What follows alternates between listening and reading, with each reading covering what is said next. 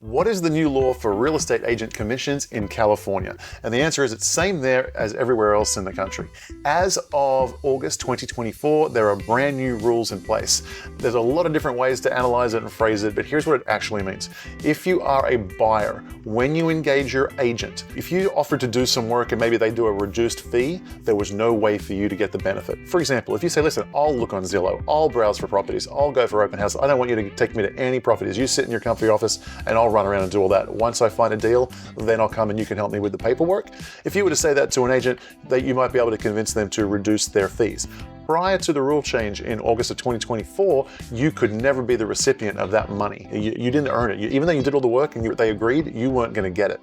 Post the rules of August 2024, now you're the beneficiary. So it's in your interest to figure out what you want to do and then do it, letting the agent know up front that I don't want you to do this part, so give me a rate that's specific from